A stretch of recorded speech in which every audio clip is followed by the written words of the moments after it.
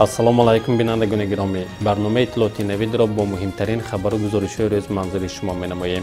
امروز دوشنبه 23 می سال 2022 میلادی است. در استودیو با شما افضل با سلیف امروز در برنامه تماشا کنید. جمعیت هلال احمر تاجیکستان با مقصد بهتر نمودن فعالیت با رهبران مقامات‌های محلی شهر و ناحیه‌های ولایت میز مدور دوید نمود. در کاخ سوغدیان شهر خوجند اولین برنامه نو لایحه تلویزیونی استنداپ خوجند برگزار گردید. ورزشکاران تاجیک از مسابقه بین المللی با 21 مدال به وطن برگشتند. کشتی کیهانی بوینگ ستارلاینر پس از یک روز پرواز به ایستگاه بین المللی کیهان با موفقیت پیوست شد. مسابقه قهرمانی اساسیاسیون فوتبال آسیای مرکزی در شهر دوشنبه به انجام رسید. در مهمانخانه سوغدیان شهر خوجند میز مدور با نمایندگان مقامات اجرایی حاکمیت دولتی شهر و نواحی ولایت سوغد و اینچنین کاتبان اجرایی فیلال‌های جمعیت هلال احمر تاجیکستان در ولایت سوغد برگزار کردید. مقصد از تشکیل چاره‌بینی این پیش از همه باز هم بهتر خوب در براه ماندن فعالیت و بررسی معما و مشکلات جای داشته ارزیابی کرده می شود. ادامه موضوع در گزارش اولین برنامه.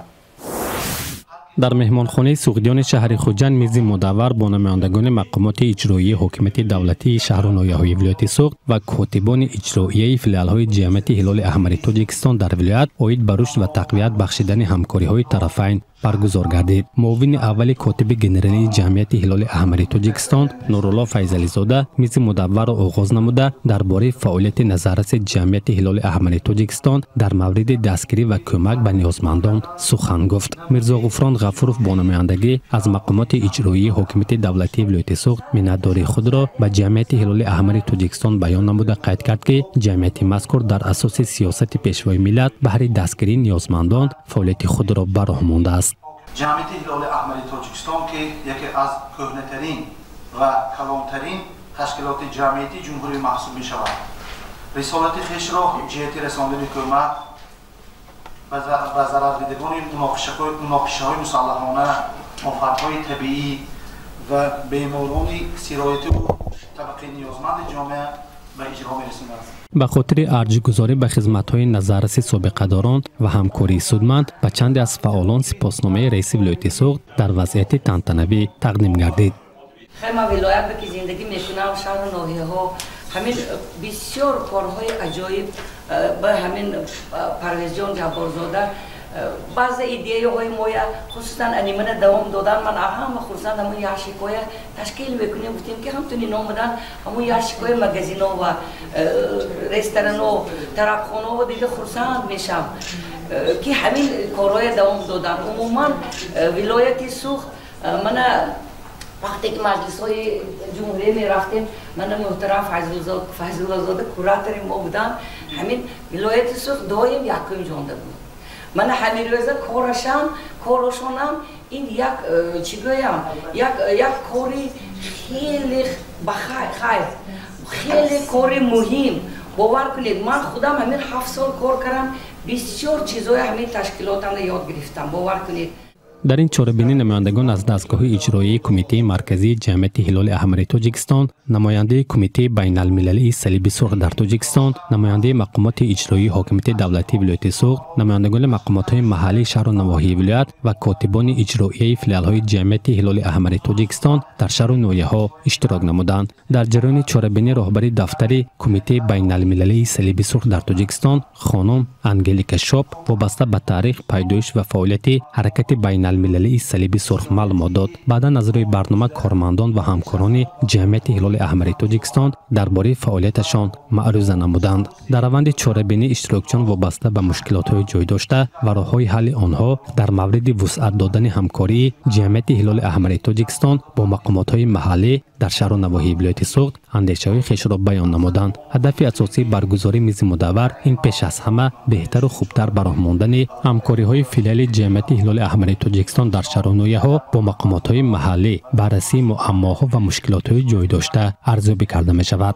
من از نام خودم، از نام رهبریت هلال احمر تاجیکستان، از نام کل کارمندان که صف ما با شماره اعضایان و والنتیران زیاده به 10,000 نفر رسیده است و در منطقه ولایت سوخ فعالیت میبرند، منتداری صمیمی خویش را میرسانم، چون که این دستگیری های بی واسطه مقامات دولتی برای رشد یافتن امروزه فعالیت هلال احمر تاجیکستان خیلی مساعدت مینماید. در آخر تاکید و اظهار باوری کرده شد که من بعد نیز در اساس همکاری های گسترده جمعیت هلال احمر تاجیکستان با مقامات های محلی فعالیت در این سمت جانب خواهد گردید. افضل بوسلیف، عبدالستار براتوف، آسیا.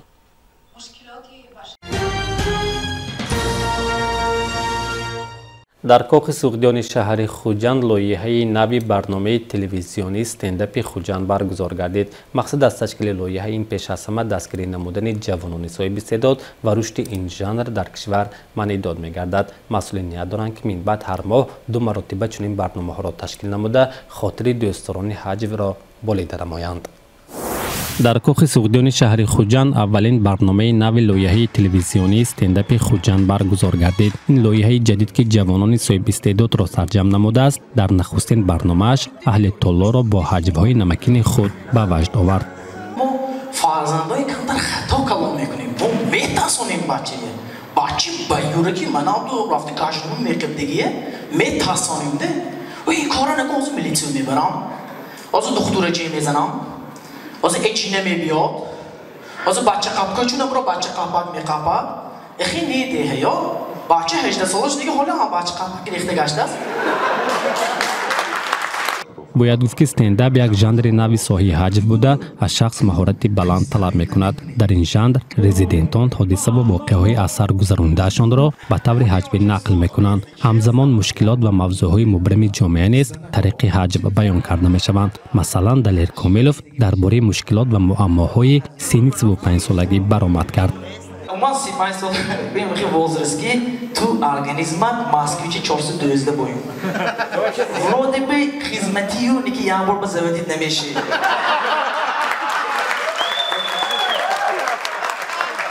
عظیم خان اکبرов باشد درباره چطور فرزند کنجه بودند و مشکل‌های پسری خورده بودند در عائله سخن گفت.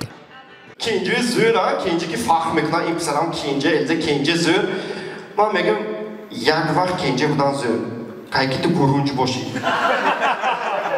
چون که گرونج کنجه این آبادار اما که خانوم آبادار میشد من حوض برفته آب میبادار من میخیم.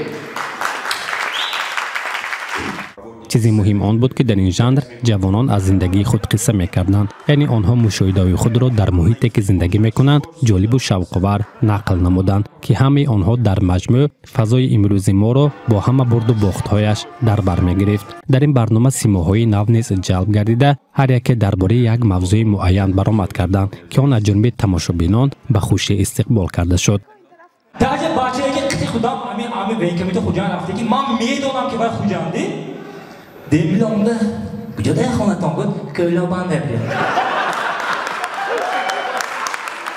طوری که پرودیوسر لایحه مذکور اعظم خان اکبرov قید کرد، مقصد ما این پیش از همه دستگیری جوانان صاحب استعداد و رشد این ژانر در کشور است، زیرا که سیمای ازیا در مثال لایحه تلویزیونی تریتوریوم را توانست که مکتب خاصی را به وجود آورده یک زمره جوانان فعال را در این ساحه به کمال رساند و آنها امروز در رشد ساحه سهم میگذارند. هر کاری که ما میکنیم، هر کاری که لابراتوری ایجادی تریتوریوم را میکند، برای فهمیش شما باز هم زیادتر شده، برای معلومات شما باز هم زیادتر شده. تریتوریوم را هیچ کجا نرفته است. تریتوریوم را همراهی تلویزیون آزیا است و ما قرار دادیم که تریتوریوم را من بعد در آینده همچون لابراتوری ایجادی و اکسپریمنتالی عمل میکنند. انا خیلی جوانای صاحب استعداد ما کشف کرده منظور شما میکنیم. یک سوال دارم فقط، همین روزه استنداپ خوجند شما معقول شد یا نه؟ مسئولین نیت دارند که من بعد هر ماه 2 مرتبه چنین برنامه تشکیل نموده خاطر تماشابینان را شاد گردانند. چون که میبینیم در دیگر دولت ها ژانر استنداپ خیلی پیش رفته شده است. ما میخواستیم که این یک اِوولوسی حجم می باشد که حاضر در همه دولت ها дар якум ҷоз стендап истодааст. Ҳамчун як қадами нави ҳаҷв шуда. Стендап ин на танҳо ҳаҷв аст, балки ба ғайр аз ин яъне баён кардани фикру мулоҳизаҳои худ нисбати ягон воқеаҳои ҳаётӣ ё ки маслан мегӯем ягон проблемаҳои рӯзгор ки имрӯз ҳастанд ва оиди онҳо суҳбат кардан ва ба намуди яъне ҳаҷв пешниҳод кардани чӣ мегӯяд ҳамин проблемаҳое ки моро имрӯз иҳота мекунанд. Барои хуҷанд вақти стендап ҳозир шуд. Барои он ки одамо ҳамин як гӯем уровни юмора мефаҳмидагӣ шудан. Як стендап ин худаш як лоиҳае ки мо бояд ҳар як шӯхӣ агар биёд агар одам бе вае бояд фикр кардан дар кор. Ин на танҳо шӯхиҳои ҳамту як оддӣ не, ин як шӯхиҳое ҳаст ки дарунаш бе фалсафиам гапо мешад. Толи як моҳ тайёрӣ дидем ва ҳамин толи як моҳе ки мо тайёрӣ дидем то ҳамин саҳнаҳо буромда, то ҳамун гапамои адо кардана монда, ҳамун тарс буд ки мумкин нафаҳмад мана, мумкин ҳамун мегуфтаги гапама хато фаҳмад, лекин ҳамаш ҷош барафт, ҳамаша ҳама фаҳмид. Мақсади ман ҳамин ки ҳамин проблемаҳое ки бо тариқи юмора, бо тариқи ҳаҷ гуфта гузарам ва ин чиз барои албатта барои халқ, барои тамошобинон ин чиз писанд аст. Ин як жанри нав аст ки бояд ки ҷавонон жанрҳои нав ва нав истеъдоди худро нишон диҳанд. Таъссурот зӯр ман намедонистам ки ин хел ба лешико гӯем ба лешико омда ин хел қарсак мезанам ва мекунам. Ман некин рости гап хел умедвор набудам. Лекин мо мехостем ки амхе бо сатҳи баланд гузарад. Мо орзумо расидем. Барои ҳамин мо мехостем ки дар Хуҷанд як клуби хуҷандӣ, стендапи хуҷандӣ пайдо шавад ки дар онҷо бачаҳо на танҳо аз лоиҳаҳои аллакай шинохта, балки ҳамчун донишҷӯён, мумкин ҳамто коргарон омда баромад катонанд. Занҳо, мардҳо фарқ надорад, бачаҳои ёш омда як гуфти шӯхида изҳори дил када дар бори ҳаётшон гуфтатиянд, ягон чиз мумкин пешниҳод кунанд ба таври ҳаҷвӣ. мавриди зикр аст ки лоиҳаи мазкур таҳти сарпарастии ширкатҳои Мерси Баку ва Марк Поло баргузор гардид. гузориши Афзал Бусулиев, Валиҷон Дусматов, Азия.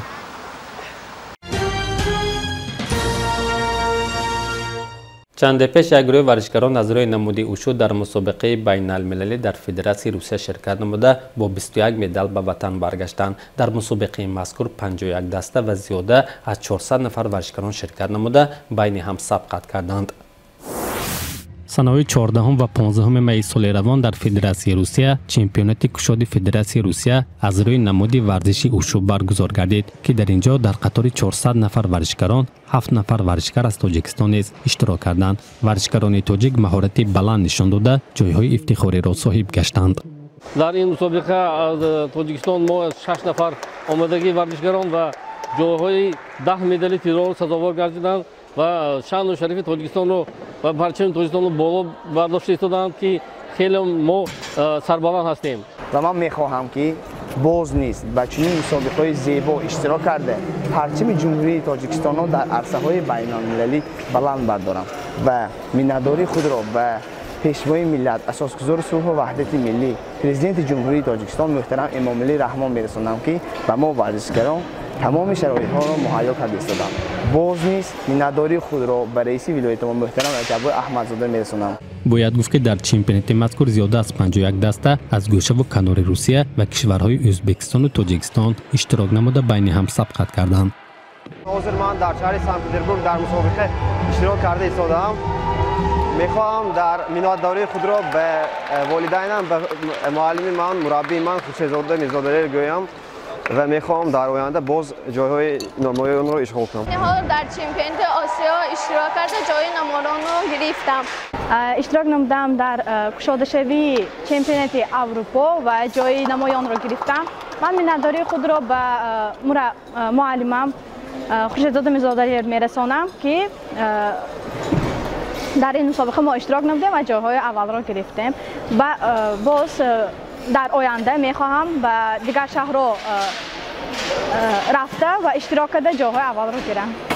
Я получил первые места и хочу поблагодарить своих родителей за то, что они помогли мне прийти сюда, а также своего тренера за то, что он смотивировал прийти и заработать эти отличные места. Спасибо. Я сегодня нахожусь в международном турнире города Санкт-Петербург. Выступаю от имени Таджикистана. Получила 2 первых мест. Хочу, чтобы девушки нашего Таджикистана занимались спортом. Ушу – это самый хороший спорт, который продвигает и мышление, и развитие в спорте, а также в учебе. مورد ذکر است که دسته تاجیکستان تحت رهبری مربی شایسته جمهوری تاجیکستان خورشید مولابویف و میرزا دلیر خورشیدزاده اشتراک کرده در مجموع 21 مدال طلا، 8 مدال نقره و 4 مدال برنجی را صاحب گشتند. در حساب دستاوی باشد ورزشکاران تاجیک سزاوار جای اول گردیدند. گزارش افضل بوسلیف ولی جان دسمتوف ازیا. کشتی کیهانی ستارلاینر پس از یک روز پرواز با ایستگاه بین المللی کیهان با موفقیت پیوست شد. این لحظه باشد دایر به این و دیگر خبرهای خارجی همکارمان رمزی جوری و با استفاده از شبکه اورنیوز و دیگر سامانه‌ها اطلاع بیشتر می‌دهد. президенти амрико ҷо байден ба ҷопон ташриф овард ки нуқтаи дуввуми сафари ӯ ба осиё аст. ҳавопаймои ҳукуматӣ бо сарвари кӯхи сафед рӯзи якшанбе дар пойгоҳи низомии Йокосукаи амрико фуруд омад. мулоқоти президент бо сарвазири ҷопон рӯзи душанбе дар назар аст. мавзӯи аслии музокирот масоили таҳкими равобити дуҷониба ва таҳкими ҳузури чин дар минтақа аст. байден аз Сеул ба Токио парвоз кард ва дар он ҷо аз ҷумла дар бораи таҳдиди Пхеньян сухан гуфт. мо ба ҳама корҳое ки Кореяи Шимолӣ анҷом медиҳад омодаем. мо дар бораи он фикр кардем ки мо ба амалкарди онҳо чӣ гуна вокуниш нишон хоҳем дод. аз ин рӯ маро ин ташвиш намедиҳад. байден дар Кореяи Ҷанубӣ аз корхонаи Хундай дидан кард ва гуфт ки сармоягузории ин ширкат дар бунёди як иншооти бузурги Амрико ду кишварро боз ҳам наздиктар мекунад ва барномаи сафар мулоқот бо низомиёни амрикоӣ ва Кореяи Ҷанубӣ дар пойгоҳи ҳавоии Осан низ шомил аст. президенти Амрико ва ҳамтои Кореяи Ҷанубии ӯ Юн Сук Ёл аз имкони густариши тамринҳои муштараки низомӣ ба хотири пешгирӣ аз таҳдиди атомии Кореяи Шимолӣ хабар доданд. деҳқонони ҳиндустон ки аз ҷиҳати истеҳсоли ғалла дар ҷаҳон ҷойи дуюмро ишғол мекунанд рӯзҳои душворро аз сар мегузаронанд. рӯзи 14 май деҳлии нав содироти гандумро ба хотири нигоҳ доштани назорат дар бозори дохилӣ дар пасманзари болоравии қимати ҷаҳонӣ манъ кард. мақомот гуфтанд ки онҳо тасмим гирифтанд амнияти ғизоии аҳолии худро ҳифз кунанд. деҳқонон ва савдогарони ҳиндустон аз он ба хашму ғазаб омаданд ки онҳо фоидаи худро аз даст медиҳанд, зеро нархи дохилӣ хеле паст шуд. мушкилоти дигар хушксолии шадид аст. миллионҳо деҳқонони хурд дар ҳиндустон дар ҳолати мушкил қарор доранд. даромади онҳо бевосита ба обу ҳаво вобаста аст. баъзеҳо ҳатто хароҷоти худро пӯшонида наметавонанд. ҳанӯз моҳи гузашта сарвазир Нарендра Модӣ пешниҳод карда буд ки дар рафъи камбуди гандум дар ҷаҳон кӯмак кунанд, аммо баъдан мақомот дурнамои истеҳсоли гандумро дар солҳои 2021-2022 таҷдиди назар намуда қариб 60% то 105 миллион тонна кам карданд. пас аз таваққуфи 2 сола бар асри пандемия тазоҳуркунандагон дар Уругвай дубора ба хиёбонҳо баромаданд, то аз афроде ки дар замони диктатураи ҳарбӣ солҳои 1973-1985 бедарак шуданд ёдовар шуда аз мақомот талаб карданд ки барои пайдо кардани онҳо чораҳо андешанд. даҳҳо ҳазор нафар одамон аз кӯчаи асосии пойтахт Монтевидео бо марши хомӯшӣ гузаштанд. онҳо дар болои сари худ аксҳои 197 қурбониро доштанд ки сарнавишти онҳо то ҳол маълум нест. чунин роҳпаймоиҳо дар наздик 50 шаҳри дигар дар саросари кишвар, инчунин дар Буэнос-Айрес, Париж, Барселона, Мадрид ва Лондон доир гардиданд. киштии кайҳонии Boeing Starliner пас аз як рӯзи парвоз бо истгоҳи байналмилалии Кайҳон бо муваффақият пайваст шуд. дар киштӣ ҳанӯз ягон кайҳонаварди зинда нест. ин парвози озмоишӣ аст. ҳайати экипаж аз рози манекени антропоморфӣ бо 15 дастгоҳҳои санҷанда иборат аст. агар ҳама мувофиқи нақша сурат гирад, пас аз чанд рӯз рози ва манекени дигар Ҷеб аз истгоҳи байналмилалии Кайҳон ҷудо мешаванд ва Starliner аввалин киштии кайҳонии амрикоӣ хоҳад буд ки на дар уқёнус, балки дар замин фуруд меояд.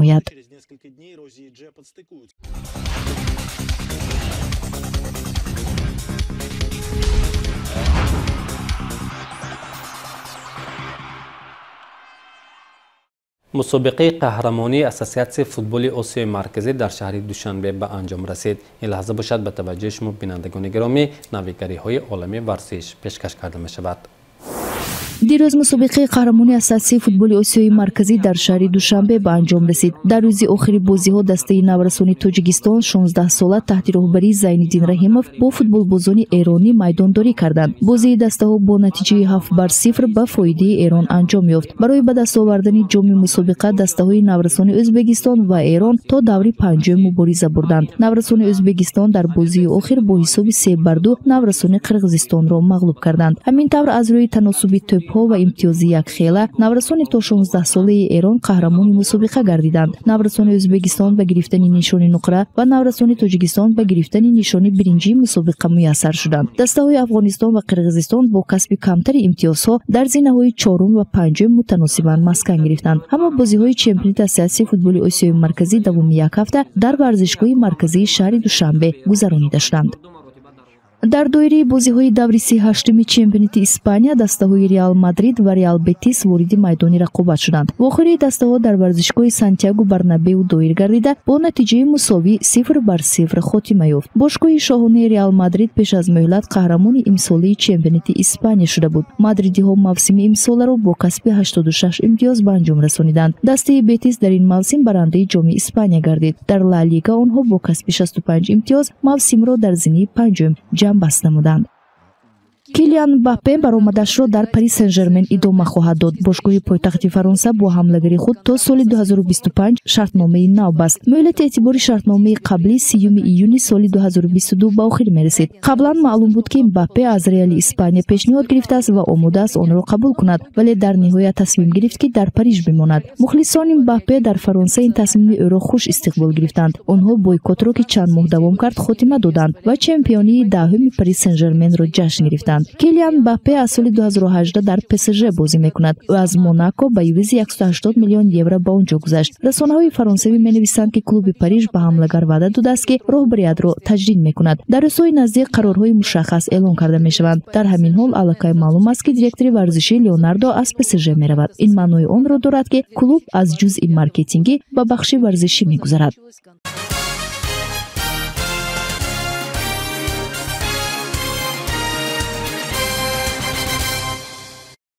پهلوان روس در قزان با کشیدن 3 چرخبال رکورد نو جهانی گذاشت که وزن عمومی آن زیاده از 15 تن را تشکیل می‌دهد. این لحظه باشد بخش رکوردها پیشکش شماست. سرگей Агаджанян که با تخلص خالق روس معروف است 3 چرخبال را به مسافه 4.3 متر کشاله نموده رکورد نو جهانی گذاشت. برای اجرای این عمل به رکوردسمن همگی 24.63 ثانیه وقت لازم آمد. یک چرخبال میهش 9 تن و 2 چرخبال دیگر 3.3 تن وزن داشتند. افضلیت دستاورد پهلوان در آن است که خالق روس یک بار 3 چرخبال را به استفاده از اسباب‌های مخصوص به حرکت درآورد. رکورد در مجموعه پرواز آزمایشی زواد چرخبال‌های قزان گذاشته شد.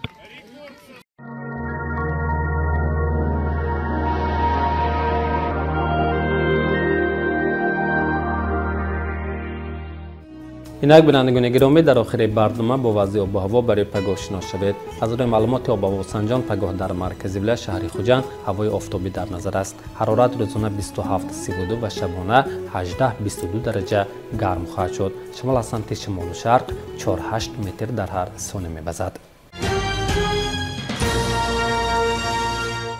تا رسیدن خبرهای نو در همینجا برنامه اطلاعاتی نویده را به انتها می‌رسانیم. تنسیتی خانوادگی شما بینندگان ارجمند تمنای همیشگی ماست. خیر آباد باشید و با برنامه‌های سیمایی حاضر بمانید.